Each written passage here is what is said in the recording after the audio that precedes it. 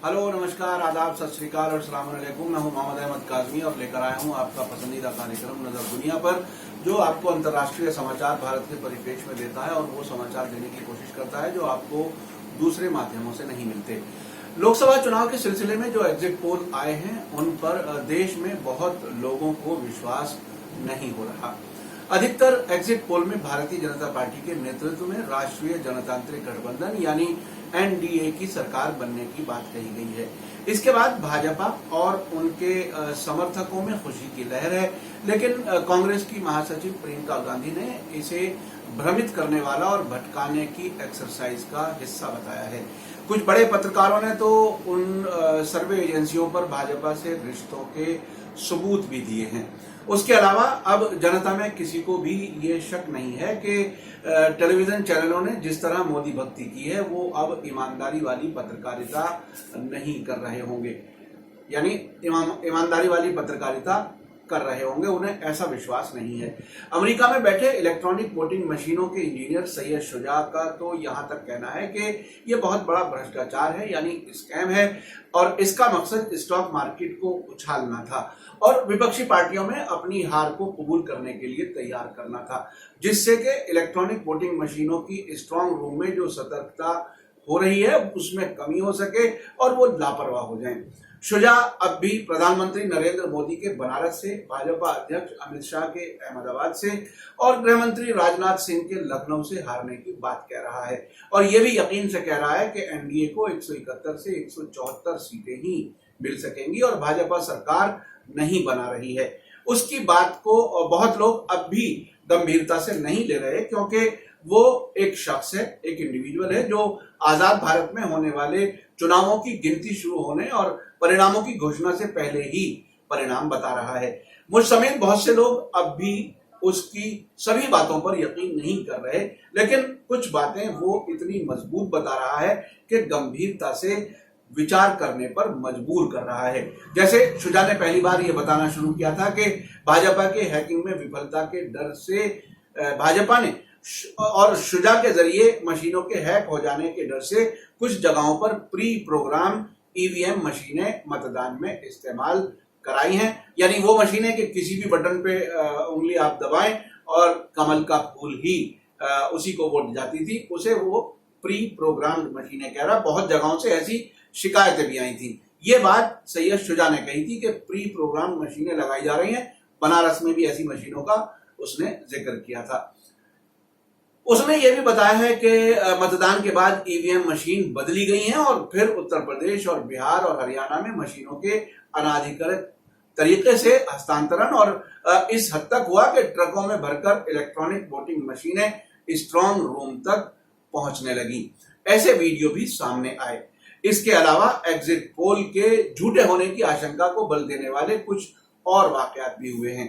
अब कुछ ऐसी घटनाएं हुई हैं जिनके बाद ये सवाल उठता है कि क्या भारी बहुमत से जीतने वाली पार्टी यानी भारतीय जनता पार्टी नतीजों के ऐलान से पहले अपने गठबंधन में पहले से ज्यादा पार्टियों को शामिल करने की कोशिश करती है, यानी क्या ऐसा मुमकिन है कि उसे बहुमत का यकीन भी हो और एनडीए पार्टनर्स की वो तलाश कर रहा हो। ऐसा बीजेपी इस वक्त कर रही है। क्या बहुमत में आने वाली पार्टी नई पार्टियों को साथ लेकर मंत्रालयों को दूसरे दलों में बांटने का रास्ता तैयार करेगी? अगर एग्जिट पोल में भारी बहुमत से जीतने वाली पार्टी ऐसी किसी भी एक्टिविटी में मुलविस है, लिप्त है, तो जरूर दाल में कुछ काला नजर आता है, बल्कि पूरी दाल ही काली नजर आ रही है। इस बारे में बीबीसी के प्रदीप सिंह ने जो टिप्पणी की है वो काफी महत्वपूर्ण है। उन्होंने मंगलवार को प्रधानमंत्री नरेंद्र मोदी और भाजपा अध्यक्ष अमित शाह के जरिए अपने घटक दलों के साथ डिनर मीटिंग के बारे में चर्चा करते हुए कहा है कि इसका मकसद सबका आभार जताने के अलावा यह संदेश भी देना था कि हम सब एक साथ हैं। ये कहने की कोशिश की गई है कि एग्जिट पोल भले ही भाजपा के अकेले बहुमत हासिल करने के संकेत दे रहे हों, लेकिन सरकार एनडीए की ही बनेगी। यही वजह थी कि ये सुनिश्चित यानी यकीनी बनाया गया कि तीन बड़े भागीदार शिरोमणि अकाली दल, जनता दल यूनाइटेड और शिवसेना के प्रमुख नेता इस डिनर मीटिंग में मौजूद रहे। अंदर से खबर यह है कि उद्धव ठाकरे लंदन में थे और यह समझा जा रहा था कि वोटिंग मशीन वो इस मीटिंग में नहीं आएंगे।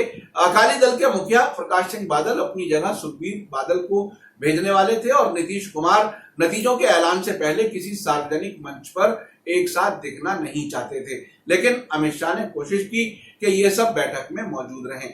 इस बैठक में पिछली मोदी सरकार की सराहना भी की गई। इस बैठक में 36 पार्टियों के नेता शामिल हुए और 3 ने पत्र भेजकर अपने समर्थन का आश्वासन दिलाया। बीबीसी की रिपोर्ट में कहा गया है कि बैठक में तो सब कुछ ठीक ठाक था, पर एक तरह का सन्नाटा भी था। ऐसा लगता था कि भाजपा के अलावा सबके मन में शायद एक ही चिंता थी कि अगर कहीं चुनाव के नतीजे 23 मई को एग्जिट पोल से उलट आ गए तो क्या होगा। वैसे भी अब तक ये रुझान ये है कि मेन स्ट्रीम मीडिया, जिसे अब मोदी और गोदी मीडिया कहा जाता है, उसमें तो भाजपा की फिर से सरकार बनती हुई बताई जा रही है, जबकि अच्छी पत्रकारिता करने की सजा के तौर पर जिन्हें चैनलों से बाहर कर दिया और अखबारों से बाहर कर दिया, वो अब सोशल मीडिया पर नजर आ रहे हैं। उनका आकलन यह है कि भाजपा सरकार नहीं बना रही है। इसमें पुण्य प्रसून वाजपेयी और कई और पत्रकार शामिल हैं। बीबीसी का पत्रकार अंत में कहता है कि अगर एग्जिट पोल गलत साबित हुए और त्रिशंकु लोकसभा आती है तो ऐसी हालत में नीतीश कुमार और उद्धव ठाकरे के लिए अच्छा होगा और ये दोनों नेता सौदेबाजी की हालत में होंगे। उधर रामविलास पासवान के 5 साल से बंद गले से अचानक आवाज निकलने लगेगी। एनडीए के सहयोगी बड़े दलों में सिर्फ अकाली दल ऐसा होगा जो किसी भी हालत में भाजपा के साथ होगा। बीबीसी पत्रकार का आगे कहना है कि ऐसा नहीं है कि मोदी और शाह को इसका अंदाजा नहीं है, इसलिए लोकसभा चुनाव से पहले से ही ओडिशा के मुख्यमंत्री नवीन पटनायक, तेलंगाना के चीफ मिनिस्टर चंद्रशेखर राव और वाईएसआर कांग्रेस के जगन मोहन रेड्डी से एक सहमति बन चुकी है कि वक्त आने और जरूरत पड़ने पर एक साथ रहेंगे। उधर विपक्ष की 22 पार्टियों ने चुनाव आयोग से मिलकर ईवीएम पर एक बार फिर आशंका जताई है और वीवीपैट की पर्चियों से मशीनों की मतगणना को कंफर्म करने पर जोर दिया है। इन दलों ने भी आपस में एक तरह से सहमति बनाई है कि नतीजे आने के बाद मोदी की सरकार दोबारा ना बन सके, इसकी वे कोशिश करेंगे। सैयद शुजा का कहना है कि विपक्षी दलों को पहले से ही आपसी सहमति बना लेनी चाहिए और राष्ट्रपति को अपनी एकता की सूचना भी दे देनी चाहिए, नहीं तो भाजपा के सबसे बड़े पार्टी के रूप में उभरने पर राष्ट्रपति भाजपा को ही सरकार बनाने के लिए आमंत्रित कर सकते हैं। और वो इस हद तक कहता है कि 23 तारीख की रात को ही, यानी कल रात को ही जो आने वाला है, उसमें हो सकता है वो शपथ ग्रहण भी करा दें। इस सबसे होशियार रहने की जरूरत है, ये विपक्षी दलों को सैयद शुजा कह रहा है। बहरहाल इस बार चुनाव के नतीजों से पहले जितने गैर यकीनी हालात हैं, ऐसे कम ही मौके हुए हैं। ये हाल होने के लिए पत्रकारिता का स्तर नीचे होने और गोदी और मोदी मीडिया बनना भी जिम्मेदार है। चूंकि ईमानदारी से पत्रकारिता नहीं हुई, जो हकीकत है वो लोगों को बताया नहीं गया। मेरा कार्यक्रम कैसा लगा कमेंट्स में जरूर लिखें। अगर आप देश और दुनिया में होने वाली घटनाओं को सच्चाई के साथ समझना चाहते हैं तो हमारे कार्यक्रम को अपने सभी सोशल मीडिया प्लेटफॉर्म पर जरूर शेयर करें।